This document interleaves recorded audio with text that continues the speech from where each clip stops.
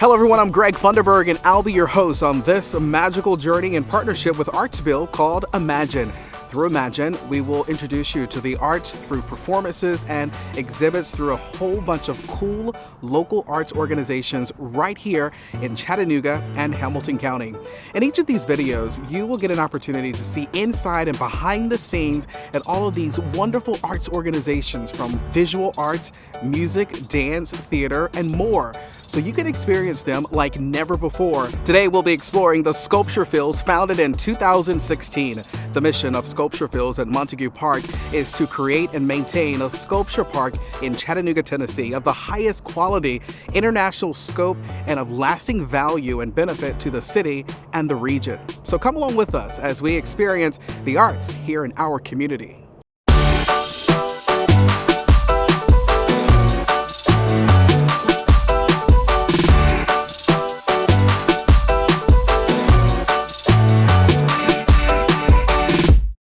Hey everybody, it's Greg Funderburg and I am here at Sculpture Fields here in Chattanooga, Tennessee, and I'm here with my friend Isaac Duncan. He's a board member here. How's it going?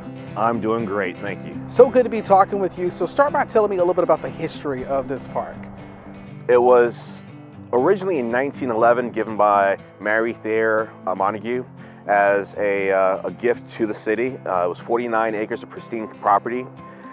And about right after World War II, it was turned into a landfill. After that, it was turned into places for kite flying, for motocross. But then in 2003, it was actually taken off the register of the city because it was contaminated. In 2006, John Henry, internationally renowned sculptor, came up with the idea of turning this into a sculpture park. He started a grassroots effort, and in 2012, we actually formed Sculpture Fields at Montague Park.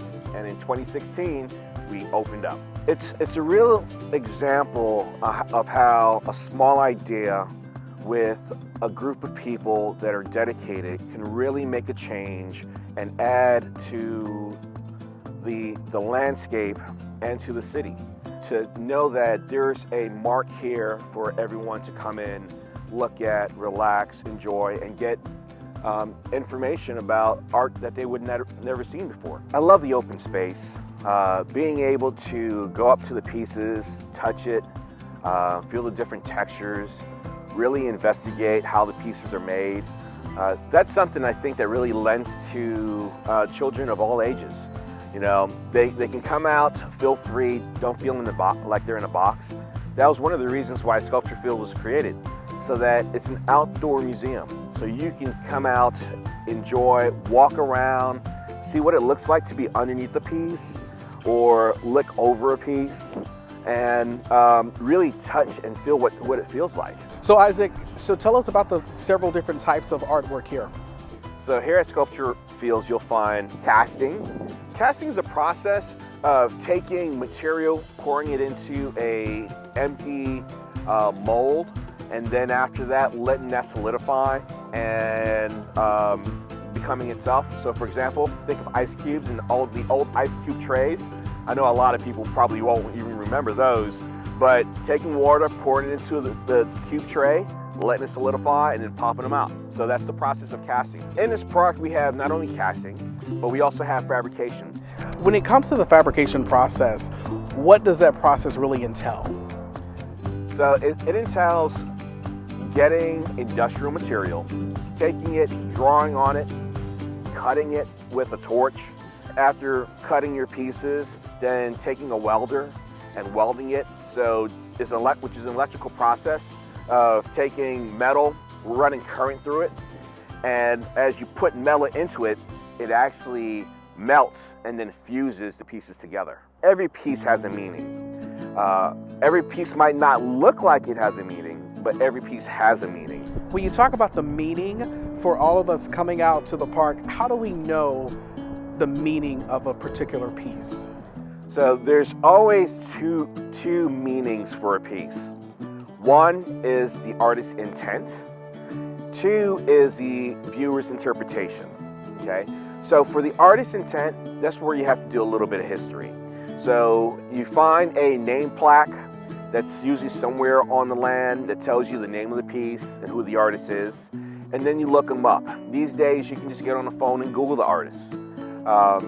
And sometimes the artist will talk about the piece. With sculpture fields, we have an app called AutoCast, and you can learn straight from the artist because the artist tells you what's the meaning of the piece. And for you, it's what you get out of it.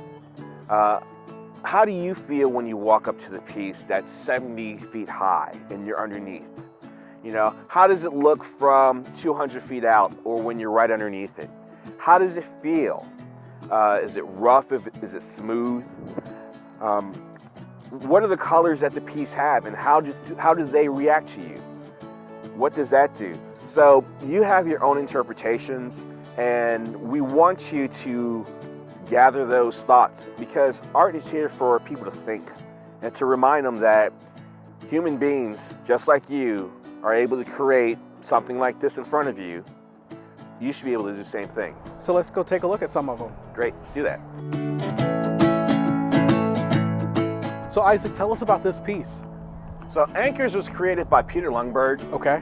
Who's from Vermont. And he came to Chattanooga to create a piece, and it was actually during the time of our terror attack. So he decided to create a tribute piece to the Fallen Five. Our Fallen Five are the men that defend our country, and they were based here in Chattanooga, Tennessee, that lives were taken short during a terror attack. It's called Anchors. It's because the 5 soldiers were actually seamen. They're part of the Navy and Marines. And there's actually 5 anchors that are buried in the casting of the piece, one for each of them. It's made out of cast concrete, so it's 100 tons of concrete. We actually use the earth as a mold. He dug it out, and then we poured 100 tons of concrete along with rebar that creates a skeletal structure on the inside.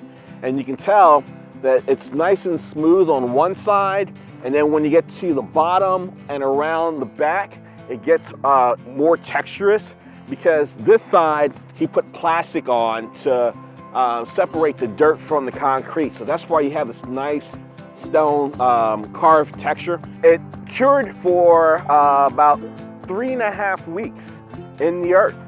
And so just like he used the same system that you would use for building a building, having concrete poured in through big trucks coming in and pouring it in and just letting it sit. So once this piece was brought here, how long did it take to erect on this piece of ground here?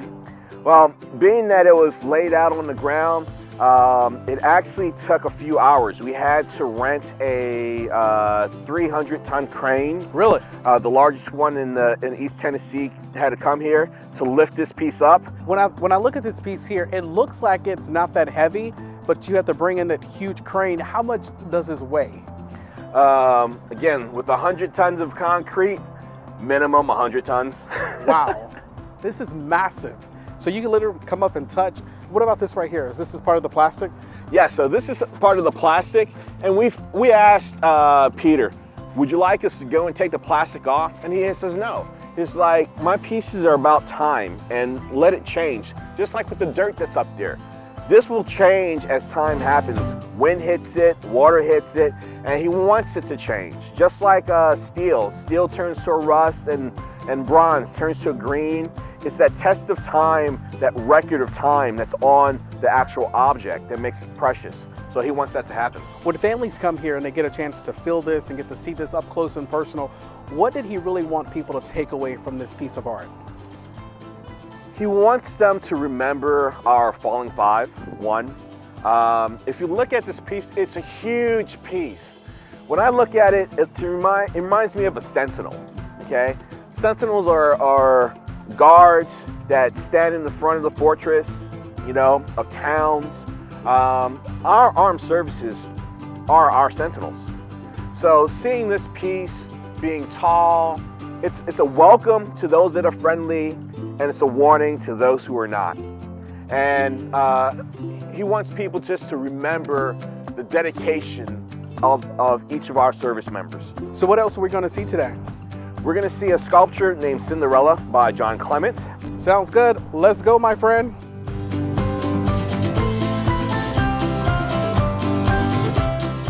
So Isaac, this is the newest edition and an example of fabrication.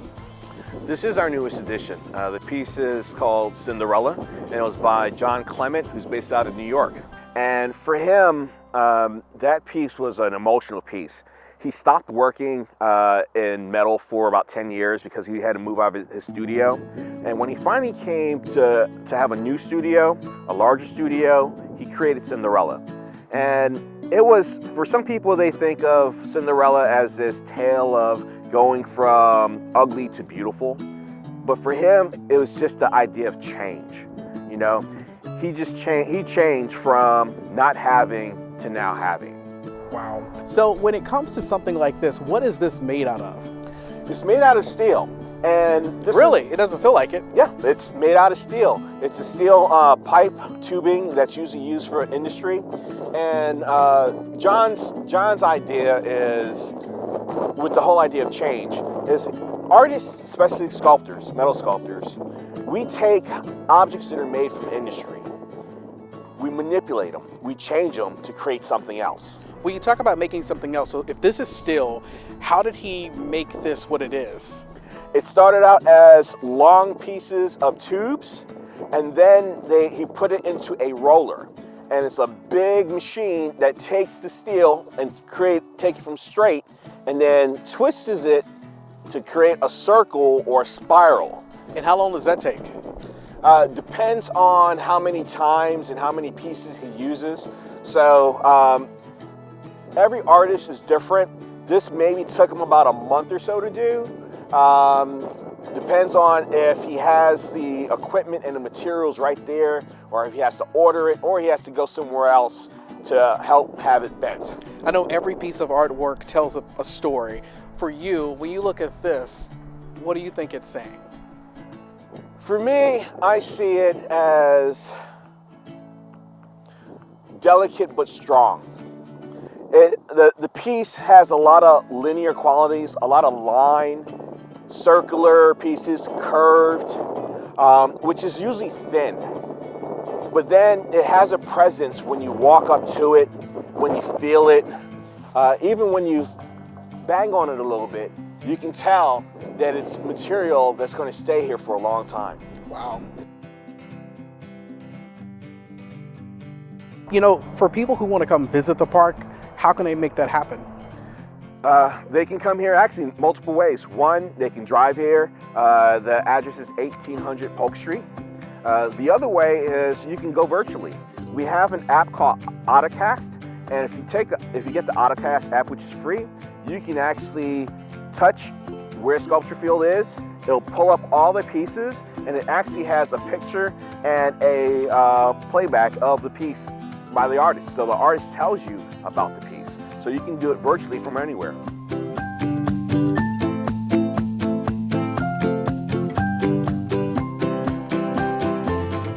All right. I really appreciate you taking us on this amazing tour today. What a great experience. Thank you, and you're always welcome back. We will definitely come back soon. What a great trip we took today. Be sure to share your journey today with your friends and family, and join us right here next time for an exciting local arts adventure.